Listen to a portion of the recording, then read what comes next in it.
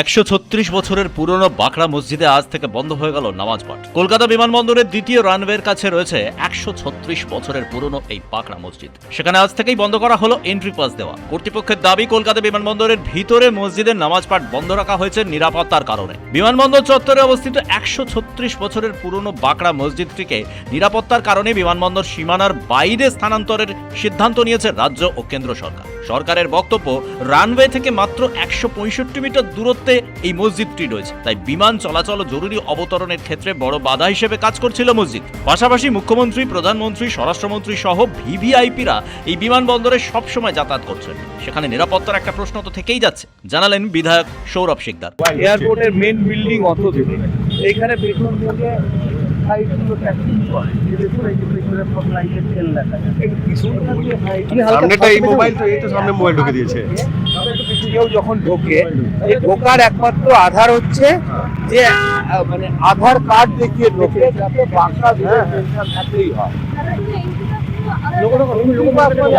আপনার কাছে আধার কার্ড থাকলে আপনিও ঢুকতে পারেন। সুতরাং এই জন্যে যে কোনো দিন একটা এখানে কোনো আত্মঘাতী জঙ্গি যদি ঢুকে যায়, কোনো বড় হামলা হতে পারে। নিশ্চয়ই সিকিউরিটি এজেন্সি তাদের কাজ করছে, কিন্তু তাদের উপর তো চাপ বেড়ে যায়। এখান থেকে 2.5 কিলোমিটার দূরে নিয়ে যেতে হয়।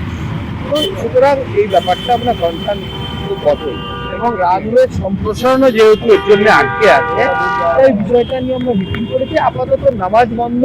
আমি শুনলাম একটু আগে এখানে কোনো একটা ছোট উত্তেজনার সৃষ্টি হচ্ছিল, তাই সবাইকে রিকোয়েস্ট করছি এই উল্টো দিকেই বাঁকড়া ভিলেজ, কেউ কোনো প্ররোচনায় পা দেবেন না। যেটা আইন মেনে চলুন, আইন সবার জন্য সমান, এবং বেশিরভাগ নামাজি কিন্তু এতে রাজি, তাদের কোনো অসুবিধা নেই। কিন্তু মুসলিমেও কিছু লোক একটু উস্কানি দেওয়ার চেষ্টা করছে।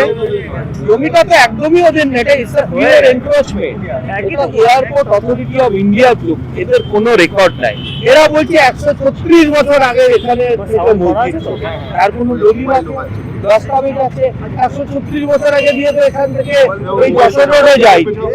যশোর রোড যখন তৈরি হয়েছে, কোনো বাড়ি ভাঙা পড়েনি, কোনো দোকান ভাঙা পড়েনি, মন্দির ভাঙা পড়েনি। সুতরাং একটা হাস্যকর যুক্তি দিয়ে ওনারা এই মসজিদ এখান থেকে সরাতে চাইছেন। যদিও এই নিয়ে মুসলিম সম্প্রদায়ের মানুষ কোনো মন্তব্য করেননি। বেশ কিছুদিন ধরেই এই মসজিদ বিমানবন্দর চত্বর থেকে সরানোর বিষয়ে একটা বিতর্ক দাঁড়া বেঁধেছে। মসজিদটি যখন তৈরি হয় তখন কলকাতা বিমানবন্দর সেখানে ছিল না। মসজিদ তৈরির অনেক পরে কলকাতা বিমানবন্দর তৈরি হয়। মসজিদের জন্য বিমান চলাচলে অসুবিধা হয়েছে এমন কথাও আগে কখনো শোনা যায়নি। এতদিন সেখানে নিরাপদে নামাজ পড়েছেন মুসলিম ধর্মাবলম্বীরা। নিরাপত্তার স্বার্থে আধার কার্ড দেখিয়ে মসজিদে নামাজ পড়তে আসা যেত। এখন এই মসজিদ সরাতে চাইছে সরকার। বিধায়ক সৌরভ শিকদার জানিয়েছেন, কেউ যেন কোনো উস্কানিতে পা না দেয়। ব্যুরো রিপোর্ট, কুবের কলম ডিজিটাল।